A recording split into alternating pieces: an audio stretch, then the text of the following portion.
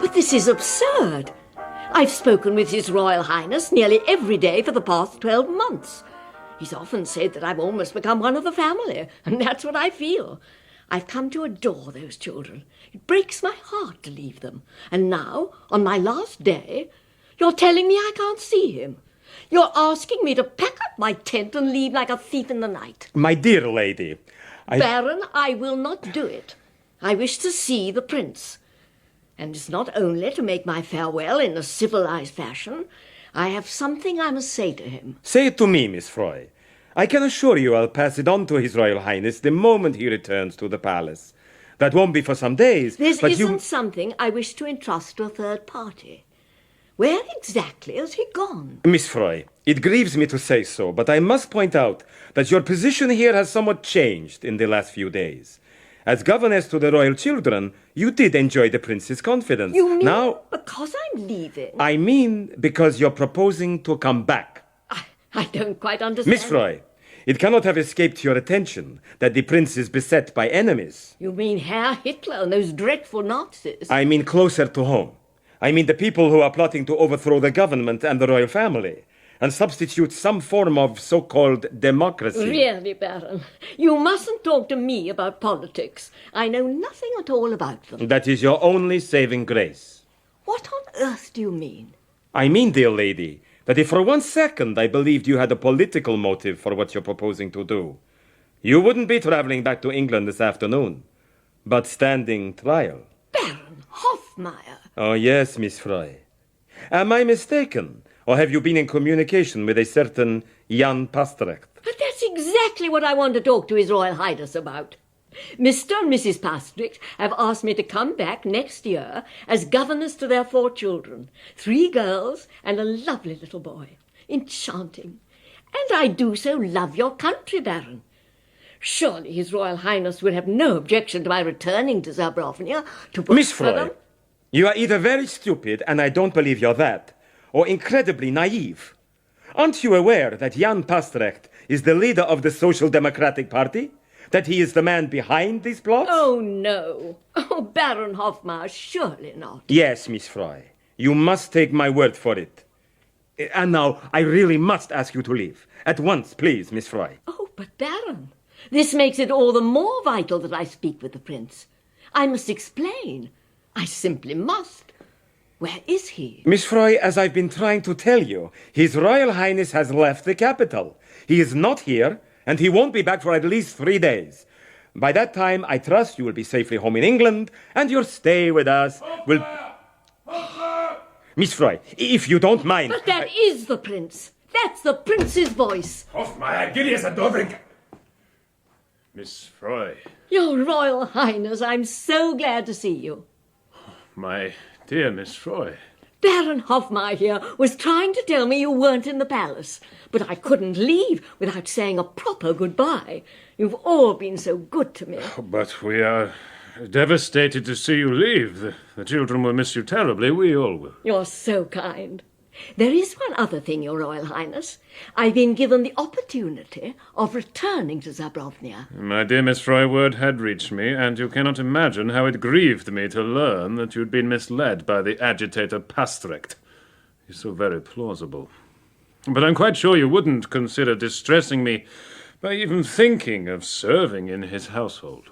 Of course not, sir, if you don't wish it. And now, dear Miss Froy, farewell. I wish you a safe journey home.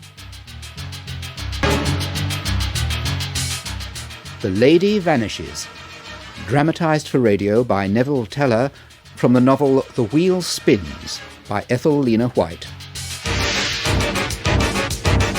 As Miss Froy, Jenny Funnell as Iris Carr, Mark Peyton as Maximilian Hare, and Mark Tandy as Professor Wilberforce. Vanishes. Excuse me. Excuse me. Is there anyone English in this restaurant, Carr? Anyone? Can I be of help? Oh, thank God. I'm sure there's some horrible mistake and I can't speak a word of this wretched language. Don't worry, I speak the lingo. What's the trouble? May I offer my services as interpreter? Oh, he's no good. He only knows grammar. I can swear in the vernacular. and we may need a spot of profanity. Now then, why don't you sit down and tell us what's happened? Thank you. And thank heaven for someone who can understand what I'm saying. Would you like something to drink? Coffee, fruit juice? Nothing, thank you. Oh, God. Where shall I begin? Listen. An Englishwoman has disappeared from the train. Oh, you must believe me. She's a real person. But the Baroness says that... Oh, dear. You're in a terrible state, Miss... What is your name? I'm Iris Carr. My name's Hare. Much too long for you to remember. Better call me Maximilian. Though I will answer to Max. My name's Wilberforce. I call him the Prof. He's the genuine article, incidentally. Holds the chair of Slavonic and East European Studies somewhere. I forget quite where. Cambridge University. Oh, there now. I had an idea it was somewhere I should have remembered. Now, Miss Carr, perhaps you could give us a more coherent account of what has happened. I really don't know where to begin. There's some very good advice in Alice in Wonderland. Begin at the beginning. Wonderland. That's just it. I feel as though I've somehow slipped out of the real world. Or been pushed. Miss Carr, really? If you can't tell us what's happened, how on earth can we help you? Now, please, do pull yourself together. What are you doing in Zobria in the first place? I've been on holiday with some friends. They went back to England at the weekend. I decided to stay on for the few days left of the season. On your own? In a way. I mean, there were some English people in the hotel, but they were only nodding acquaintances. I don't think they approved of my crowd. Or of me, come to that. Not surprising, really. They're not precisely my type.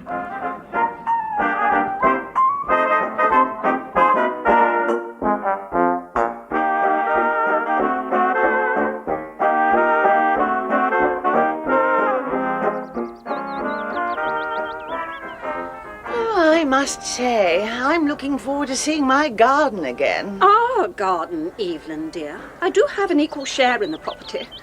As a matter of fact, I do most of the gardening. Oh, you're always so literal, Rose. You must forgive my sister, Vicar. She gives the impression we're always at each other's throats. Nothing could be further from the truth. I'm sure. This landscape is quite spectacular, of course, but Suffolk is so beautiful at this time of year. Well, what I'm looking forward to is sitting in a really comfortable chair again. This thing's agony. Oh, here come the bridal pair. Handsome couple. I wonder who they really are, Vicar. That man's face. I know I've seen it somewhere, and not attached to the name Todhunter either. Oh, my sister's off again, Mr. Barnes. Perhaps he's a film star, Rose dear. Oh, do you think so? How exciting. I love the pictures. Do you go often, Miss Floodporter? As often as she can, Mrs. Barnes. No, he's not a film star. I'd certainly recognise someone I'd seen in the cinema. But there's some mystery about those two. I feel it. So do I. I wonder, do you think they're really married? Perhaps they're wondering the same about you, Edna, my dear. Isn't it simpler to believe that we're all what we say we are? Even parsons and their wives? I think I'll stroll down to the village to say goodbye to my friends. See you all later. How can he talk to them when he doesn't know the language? Oh, he makes them understand. Sympathy, you know, and common humanity. Hello, my dear. Left all alone? Yes, by choice. Aren't you lonely? Not at all. I'm enjoying my own company. Are you travelling back to England on Tuesday? That's right. It's a long journey, and they usually try to pack too many passengers into the last good train of the season. Would you like to join Mr. Barnes and me? We could travel together. Thank you, but I really would prefer to be on my own. Just as you wish, my dear. I hope you have a pleasant journey.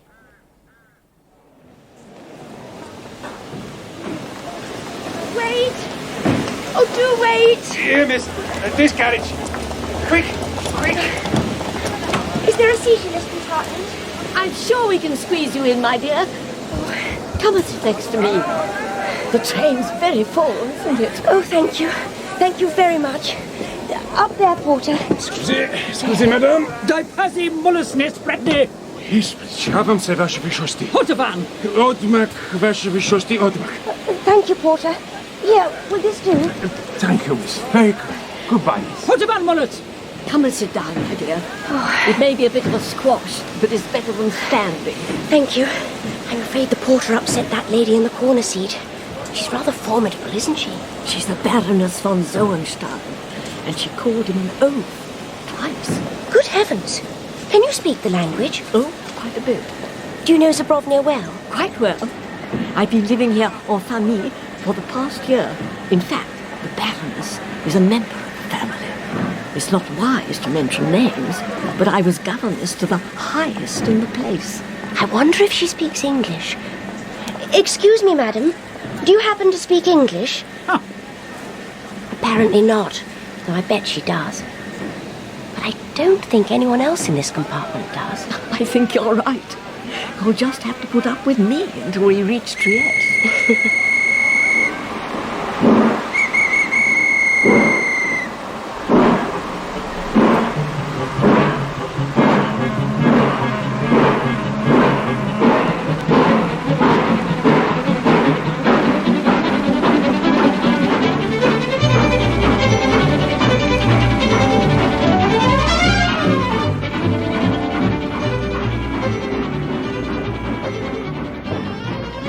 What do you say to a nice cup of tea? Shall we make our way to the restaurant, Carr? What a good idea. Excuse me. Oh, sorry. It's this way, I think, my dear. Just glance into the next compartment as we go by, and I'll tell you something. As soon as I did so, I regretted it. What I saw was horrifying. A figure, the head, eyes and forehead bandaged, and the features concealed by a crisscross of plaster strips, lay stretched on the length of one seat covered with rugs. I tried to imagine what sort of mutilation a face must suffer to be bandaged like that, and I shuddered. A nun sat by the figure, and a man with a black spade beard was talking to her. You recognize that man, my dear? Didn't he come into our compartment and speak to the Baroness? Yes, he did. And that's how I know about this. He's a doctor. His patient's a woman who's been terribly injured in a car accident. The doctor's rushing her to a hospital in the north of the country for a tricky operation. This train's the fastest way of getting her there. That nun looks something less than spiritual. Oh, she doesn't spend her time on her knees. She's a fully trained nursing sister. Come on, my dear. Excuse me. Excuse me, please. Sorry. Oh, I beg. no, my fault entirely. It's all these people. I was just looking out to see if our tea was coming. I ordered it from an attendant. You're English. This is my lucky day. I've been starved of English company for 12 months. And now you're on your way home? It's almost too good to be true. Look, we're just off to the restaurant, Carr. Shall I send a waiter with your tea? Oh, that would be really kind. My husband's such a wretched traveller. He's almost prostrated. Oh, hello, Miss Carr. I hope you found a seat. Only just. We all got on. The Todd Hunters are on their own, of course, but the Miss Flood Porters are next door to us. They're having tea at the moment. And that's what we should be doing. Goodbye, and I won't forget the waiter.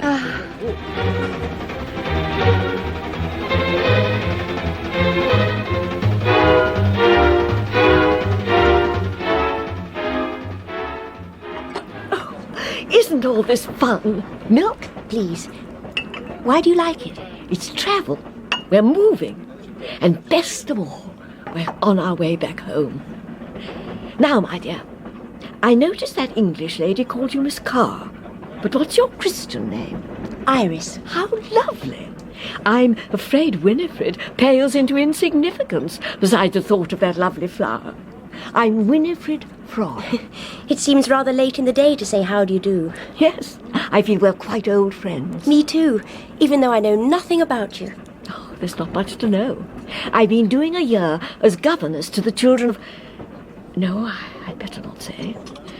But there's no one more important in Zobria. You can have no idea of the power of my late employer. What he says goes.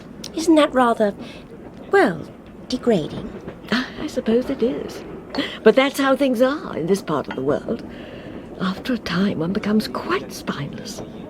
And that's not English hours, is it? Oh, it'll be lovely to be home. Father and Mother are as excited as children. You still have your parents? Oh, yes. A little frail, but still going strong. And so is Sock. Sock? Short for Socrates. He's an old English sheepdog. Mother says she's sure he knows I'm coming home. The old duffer trots off to meet every train and then comes back with his tail down, the picture of depression. The parents can't wait for his reaction when I do arrive. I'd love to see him. Those two ladies over there, I'm sure they're English. Where? Oh, yes, the Flood Porters. They were at our hotel. They're sisters. Well, I suppose we'd better be getting back. Though I can't say I relish spending the next few hours in the company of that appalling grande dame. The Baroness. A bit overwhelming, perhaps, but quite kind-hearted beneath it all, and very generous. Really? Oh, yes. There was some muddle about my place on the train. I'd booked second class, but there wasn't a single seat left. Do you know, the Baroness paid the difference, so that I could travel first class in her carriage. Did she? She said she was sure my late employer would have wished it. Really kind. Well, shall we make a move?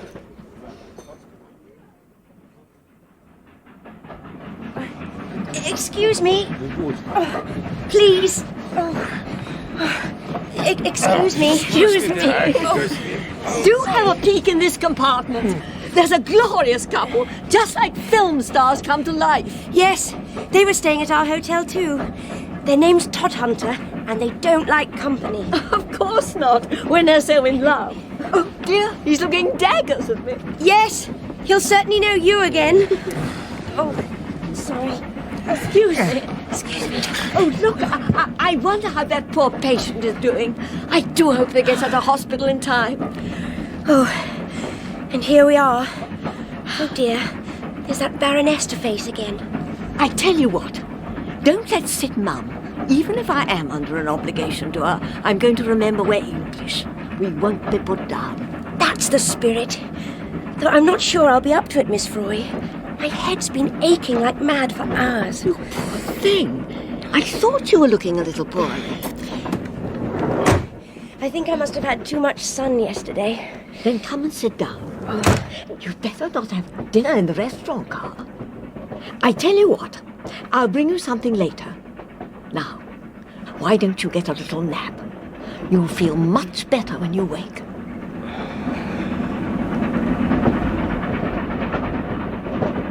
I closed my eyes. I could still hear Miss Froy fluttering about me, but the carriage was so warm that I soon became drowsy, and at last I dozed off. I awoke suddenly.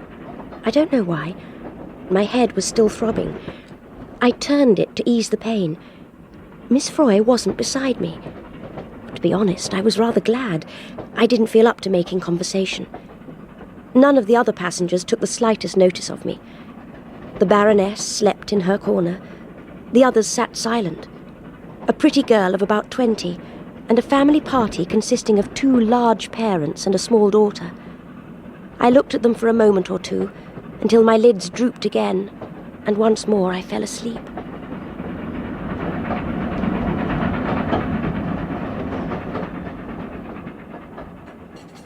The next time I woke, it was pretty dark. Miss Froy was still not beside me. Not long ago I'd been pleased by her absence. Now I felt lonely, eager to see her again. Where was she? It was at that moment I happened to look up at the rack. Miss Froy's suitcase was no longer there. Well, obviously she'd moved to another compartment. Didn't you say there'd been some mix-up with her seat? Perhaps it had become free after all. I thought that, but then I remembered that the Baroness had actually paid the difference for her to travel first. Oh, that's right. Besides, Miss Froy would never have left me without a word of explanation. And she'd promised to bring me dinner. No, she'd never just slip out of the compartment like that. Well, I take it you questioned your fellow passengers. I tried. I just couldn't make anyone understand. I couldn't reach them. The Baroness was still sleeping in her corner, and I suddenly felt desperate.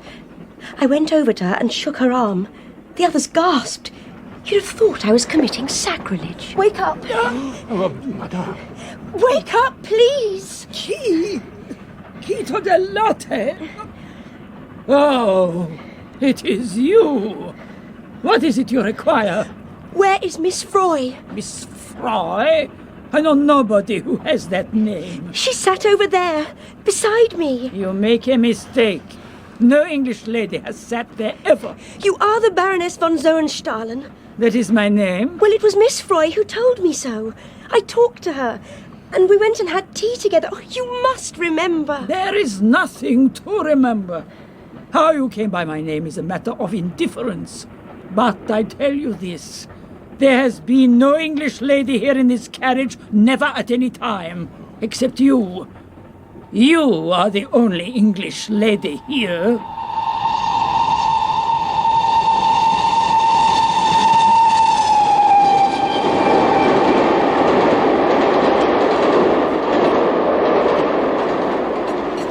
You're saying the Baroness denied that this Miss Froy was ever in the compartment? Precisely.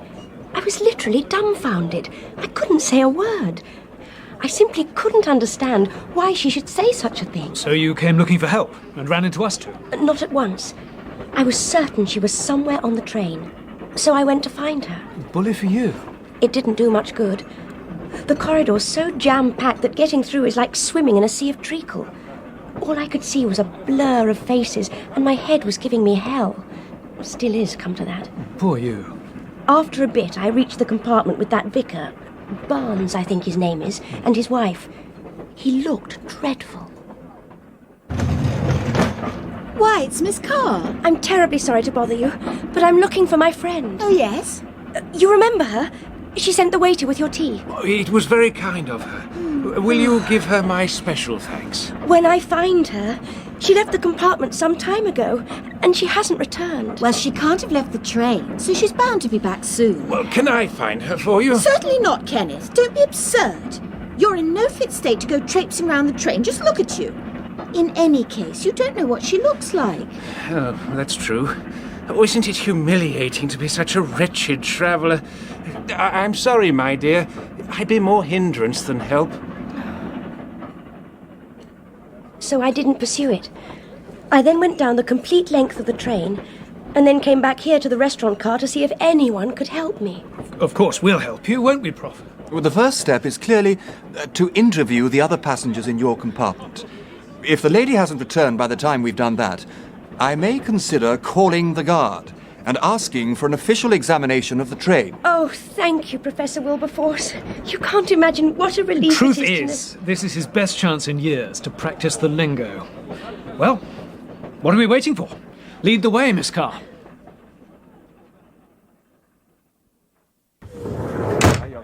Miss Carr, you appear to have made an extraordinary mistake. I've cross-questioned everyone except the little girl. Who wouldn't talk to him? And I can tell you that no one in that carriage knows anything about the English lady you say is missing. But that's absolutely impossible. Nor does Dr. Trownitz here. You know he's travelling with his patient in the next compartment. That's so, isn't it, Doctor? I'm afraid it is.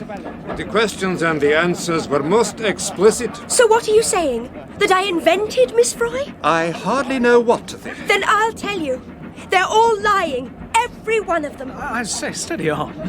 The man, the woman, that pretty young thing, and the rock of the aristocracy in black bombazine, all of them? The man is a banker, really quite eminent. The Baroness's own, as a matter of fact. She vouches for him and for his wife.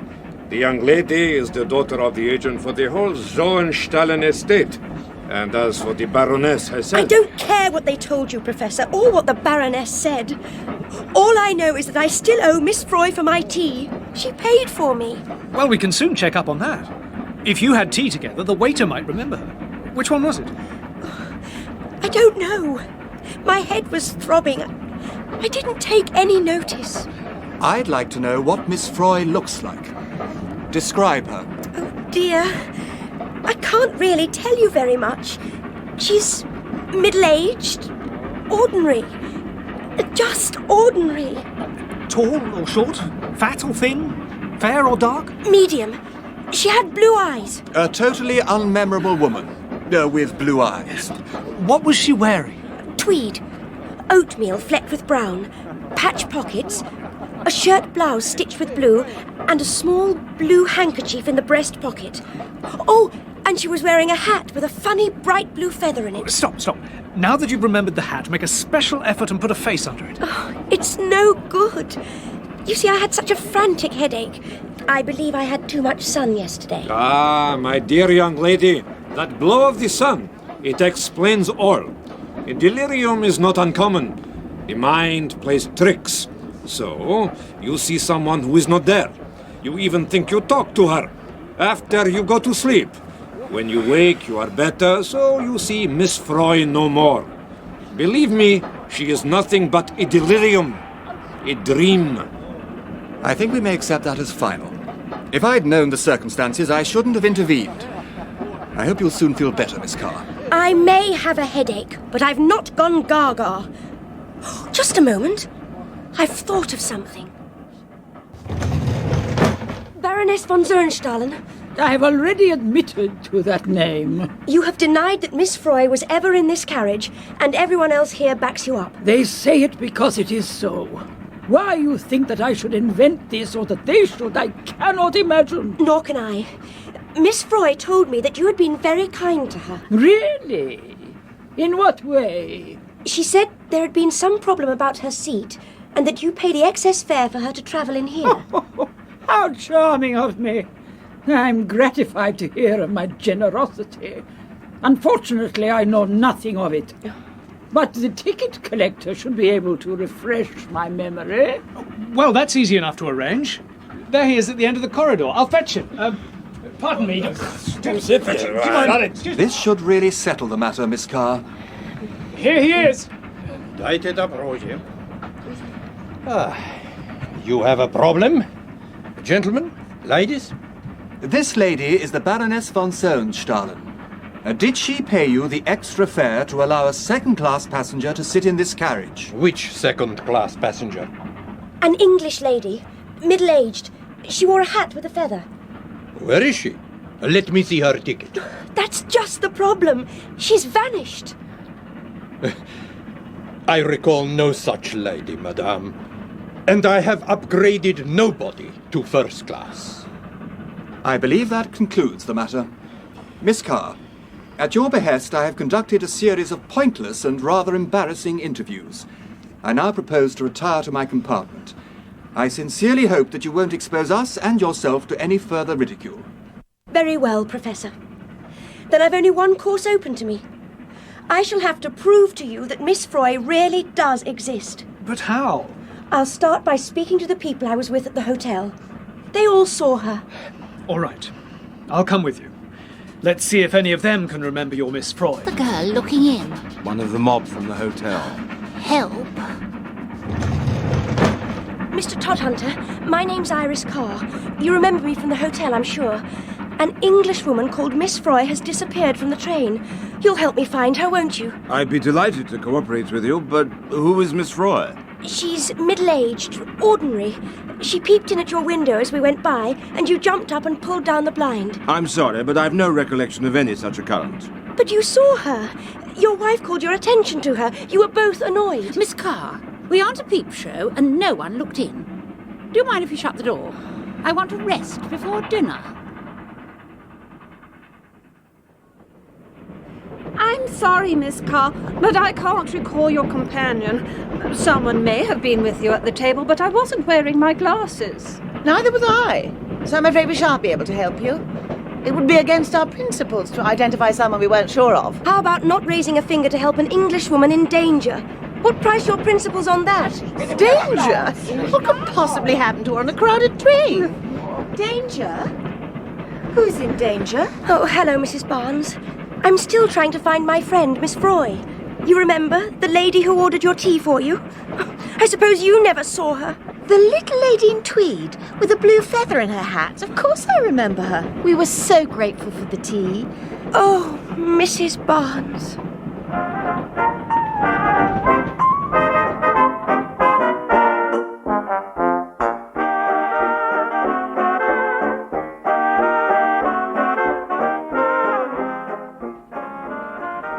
Are you convinced now, Professor? I'm sorry to have doubted your word, Miss Carr. But we had to have some corroborative evidence that Miss Froy actually exists. And now we have it. Next question. What on earth's happened to the old dear? And why did those foreigners all lie about her? We'll have to play Spot the Lady. For my money, she's disguised as the doctor. That beard looks totally phony to me. Why not give it a tug next time he passes? Max, do take this seriously, please. She is still missing. Sorry, you're right. When are we due at Trieste? Just before 11, I think. But the guard was telling me we have an unscheduled stop this side of the border at about 10:30, to let the doctor and his patient off. And it's now nearly 6:30. Look, we mustn't waste any more time. We must find her. I know it sounds sloppy, but her people, they're old and a bit frail. They're expecting her home, counting the hours. And the fool of a dog meets every train. Oh, Lord. Sorry. Take it easy, Iris. You're not on your own. Oh, watch out. Here comes Blackbeard. Pardon me, but I thought you would wish to hear. Your friend has returned to the carriage. Miss Froy? Really? Oh, how marvellous. Where was she? All the time so near. In the next carriage, talking with my nurses. The one place I didn't look. Of course she'd want to know how your patient was getting on. That's Miss Froy to a T. Well, come on. What are we waiting for? You too, Prof. At last we can meet the elusive Miss Froy. Мечете се, дайте да пройдем. Дайте да пройдем. Sorry. Mind. Excuse me. I beg your pardon. If I could... Thank you. Your carriage at last, Miss Carr. Allow me. And here she is. But that's not Miss Froy. What do you mean? She's wearing her clothes, her hat, but that woman's an imposter. You aren't Miss Froy. No, I have not heard that name before. I am Frau Kummer. As I told you, there has been no English lady in this compartment except yourself. Of course, had you inquired about Frau Kummer? Frau Kummer? I've never heard the name before. But I introduced myself before we went to have tea together. That's a lie. I've never seen you before in my life. You're a total stranger. Professor Wilberforce, this is not Miss Froy. The lady herself has told us that. But she's wearing her clothes. Why? What's become of Miss Froy? A lady only you seem to have met. It's a conspiracy of some sort. They're all in it. Miss Carr. Oh, let me think. Mrs. Barnes, she spoke to Miss Froy. Oh, fetch her, Max, please. Kenneth, my dear, you're looking so ill. Excuse me, please, I'm sorry. I'm really worried about you. Should you be doing this? Oh, if only I could get you home. Well, I'll be all right, Edna. Excuse me. I am sorry. Pardon me. I'm sorry. I do apologize. Miss Carr. I understand you want my wife to identify a friend of yours? Thank you both so much for coming. Kenneth, let me get you back to the compartment. You ought to be lying down. Here we are. Oh, give us some room, please. Now, Mrs. Barnes, please look very carefully. Is this the lady who arranged for your tea to be sent? Let me see. Yes, of course it is.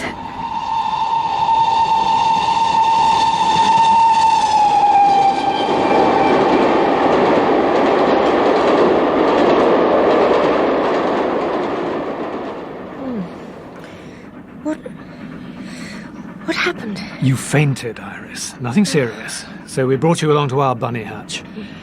But all this is getting on top of you, you know. Max, I want to talk to you. There is a Miss Froy. You must believe me. The trouble is, my head feels like a three-ring circus. I can't even quite remember what I told you and the professor earlier on. I'd like to go over the whole thing with you. What about it? Good idea. One thing has struck me.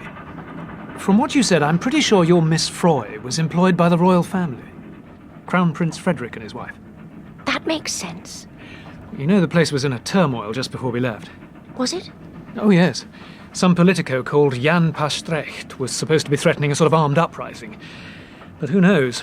It's all plot and counterplot in these mid-European states. I'd have thought they had enough on their hands fending off a Nazi takeover. Word is Herr Hitler has his beady eye on Zobrovnia. Oh, never mind all that. The important thing is you've worked out who Miss Froy's employer was from things she told me. Things I passed on. But, Iris, that proves nothing. It could all apply equally well to Frau Kummer. No. Let's take a cold, hard look at the situation. Go on. You're suggesting that the Baroness has got rid of Miss Froy, never mind why or how, and that the passengers and the ticket collector, being local people, are backing her up. Well, knowing this part of the world, I think they would. But it all seems such a clumsy sort of plot. I mean, dressing someone up as Miss Froy. Ah, but that needn't have been part of the original plot at all. You mean I upset their apple cart, barging into the carriage at the last minute? Exactly. When you first made a fuss about Miss Froy, they'd all denied her existence. But when you said other English people had seen her, they had to produce someone. Oh, Max, you're such a comfort. You see, you believe in Miss Froy too. I'm not saying that, but I do promise to believe in you. Max.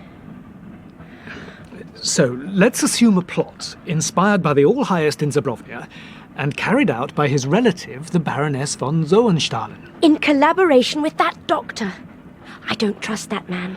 We'll go along with your feminine intuition, in cahoots with the doctor. Let's say they're both under orders to bump off Miss Froy. That instantly discredits all the foreign evidence. You really are rather marvellous. Hang on to the bouquets. Because against all that, we have some really insuperable obstacles. To start with, 6 eminently respectable English people have failed to corroborate Miss Froy's existence. Why? That I don't know. I honestly don't know. And then, why should a harmless English governess be the object of an elaborate plot by the head of state of Zobrovnia? It seems unbelievable. Impossible. So where does that leave us? No one, foreign or English, backs up your story. On the other hand, Mrs. Barnes positively identifies this Frau Kummer as the woman you were with on the way to tea. On top of that, you did suffer mild sunstroke yesterday, and you've been feeling the effects all day. Oh dear. So the doctor could be right. It's the sunstroke. I went to tea with that Kummer woman and later dreamt about Miss Froy. Well, that's one logical explanation. All right, Max. I give in. Let's forget about Miss Froy.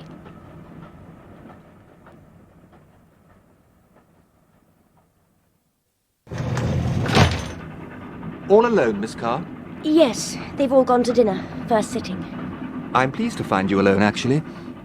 You know, Miss Carr, Hare and I are both a bit worried about you.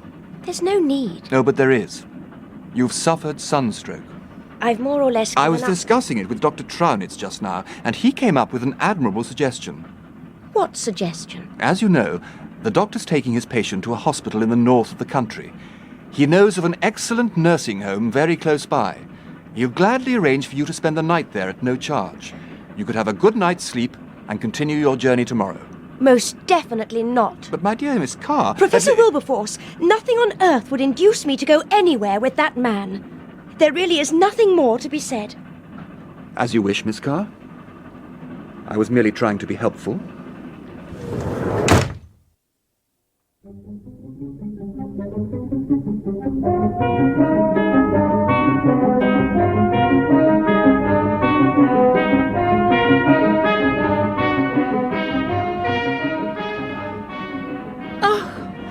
Thank God we can drop this Todd Hunter farce before too long. It can't happen too soon for me. I don't know what you're worried about. There's not much chance of his finding out. But there is some. Is that what you're saying? I'd say we were reasonably secure. Of course, one never knows what can happen. I've handled some very odd divorce cases in my time. Divorce? It was perhaps unfortunate there were English visitors at our hotel. Oh. And you are entirely too beautiful to remain anonymous for long. You told me there was no risk. Oh, what a fool I've been. I don't know why you're suddenly so anxious to get back to your husband. Let's be honest about this, shall we? We're both in it for what we can get, and he can give me more than you can. if this ever gets out. So it's lucky I was thinking ahead when that girl asked about her friend who's disappeared. What do you mean? If I hadn't denied all knowledge of her, I'd have had to make a statement at Trieste. Can't you see the headlines? English woman lost on Continental Express. Mr. Todhunter pictured here. An Englishman travelling on the same train. I'd have been identified in 24 hours flat. And so would you, my sweet. Oh.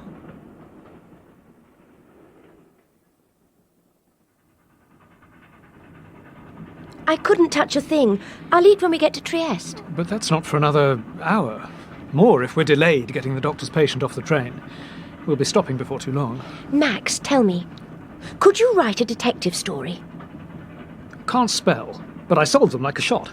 Then let's have a demonstration. You've proved Miss Froy doesn't exist. Now, humour me. Pretend she does. Work out what might have happened to her. You don't give up, I'll say that for you. Let me think. OK, here goes.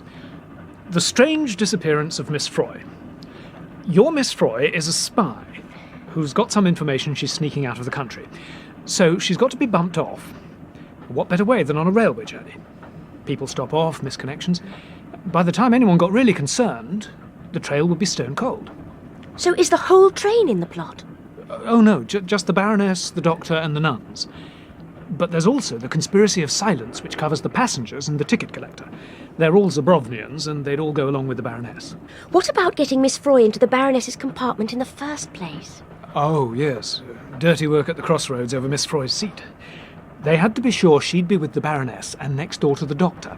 But what's happened to her? I'll tell you. At this very moment, Miss Froy is lying flat out in the next compartment, tightly bound in bandages and covered with rugs. Oh, my God! How? When? It happened when you obligingly dropped off to sleep. Enter the Doctor. He asks Miss Froy if she would render some slight service to his patient. She went. She would? I know she would. Directly she enters, down comes the blind, and the three of them set on her. 3? Of course. The patient's one of them. One holds her, the other stops her shouting, and the Doctor gives her a knockout injection. Yes! Yes! I can see it! It could have happened. They tie her up, gag her, and lay her out in the place of the false patient.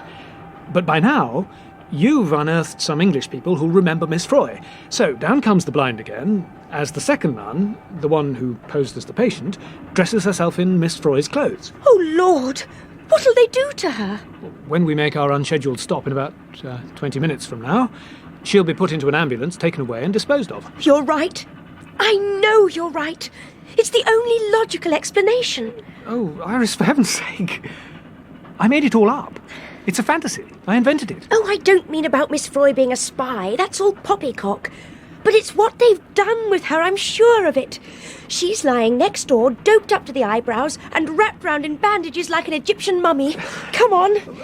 We've got to find the Professor. We must rescue her before she's taken off the train.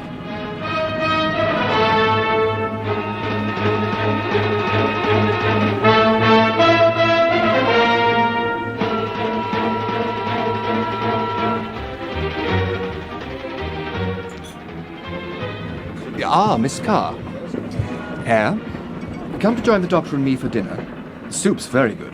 Professor, I know where Miss Froy is. Oh, dear. Miss Froy again. I had hoped we'd disposed of the mythical Miss Froy.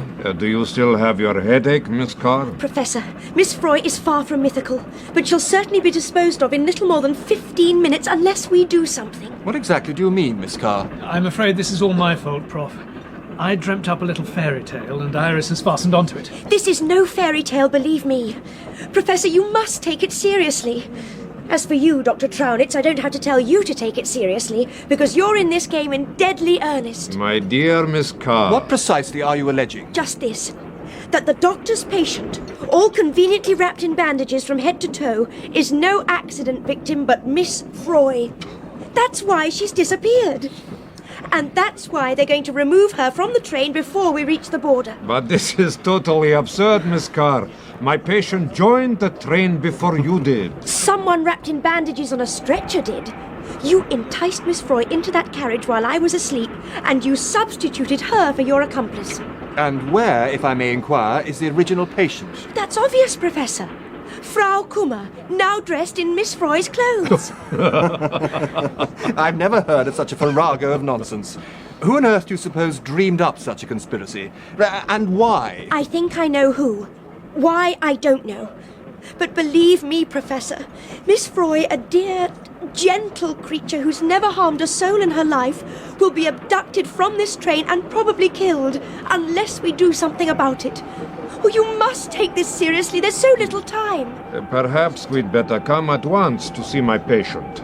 I'm sorry to disturb your dinner, Professor, but the young lady is in a highly emotional state. It may be best to try to reassure her. Oh, very well.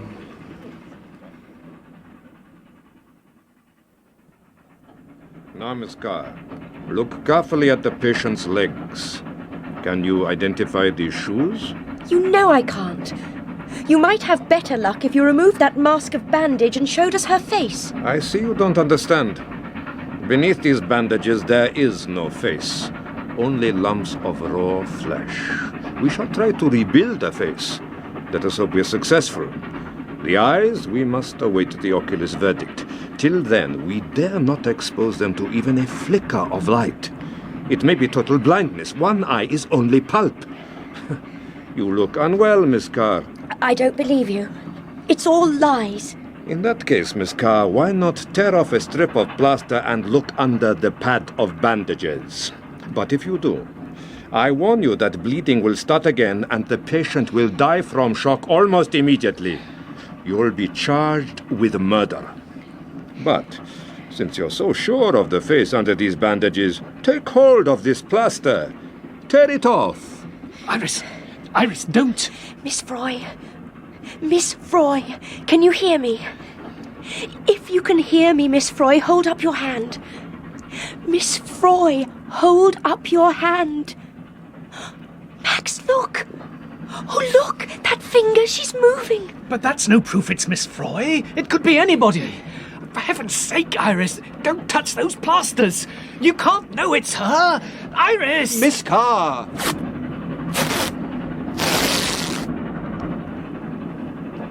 Miss Froy! Oh, Miss Froy! Dear, dear Miss Froy!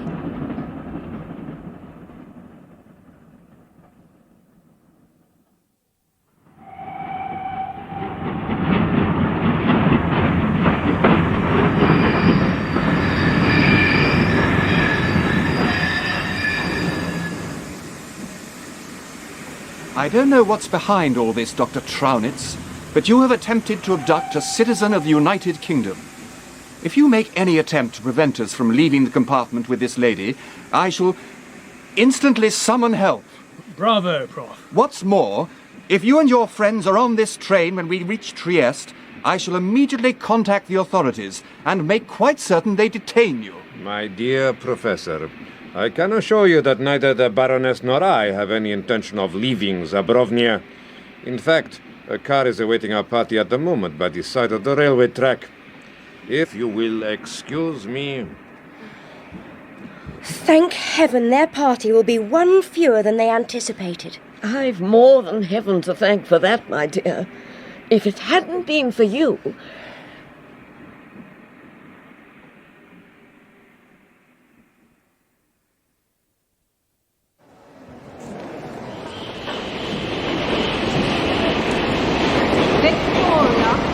This is Victoria. The train arriving at platform 5 is the boat train from Dover. The Continental Express is arriving at platform 5. Oh, excuse me, are you Miss Froy? Yes, sir, I am. You don't know me, Miss Froy. My name's Ian Breverton. I'm, from the Foreign Office. The Foreign Office? Is it my passport? Is there something... Is there some trouble? Can I help? Are you travelling with this lady? In a manner of speaking. My name's Max Hare. This is Iris Carr. Hello. We've heard from our consul in Trieste. I know you've all had a difficult journey. You could say that again. But I wonder, Miss Froy, if you could spare an hour to come with me to the Foreign Office. My chief, Stephen Yardley, would like a word. Good gracious me! Whatever for? Well, this is scarcely the place to go into details. Perhaps you'd all better come along. Would it be enough to say that it's a matter of national security?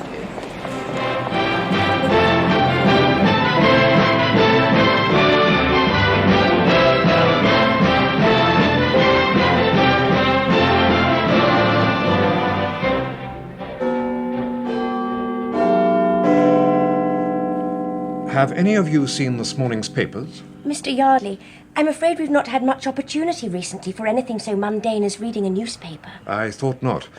I have a copy of today's Times. See that? Ye gods. Oh, my word. The poor prince. Is this true, Mr. Yardley? The Nazis have invaded Zobria? The poor man, he must be in despair. That's the very point we think you may be able to help us establish. Me? Oh, you're quite mistaken. I know nothing at all about politics. You lived for a year in the royal household. Oh, yes, but I was concerned with the children's education, that's all. I took no part in anything political. Really, Mr. Yardley. I believe you, Miss Froy. And it's not anything you did that interests us.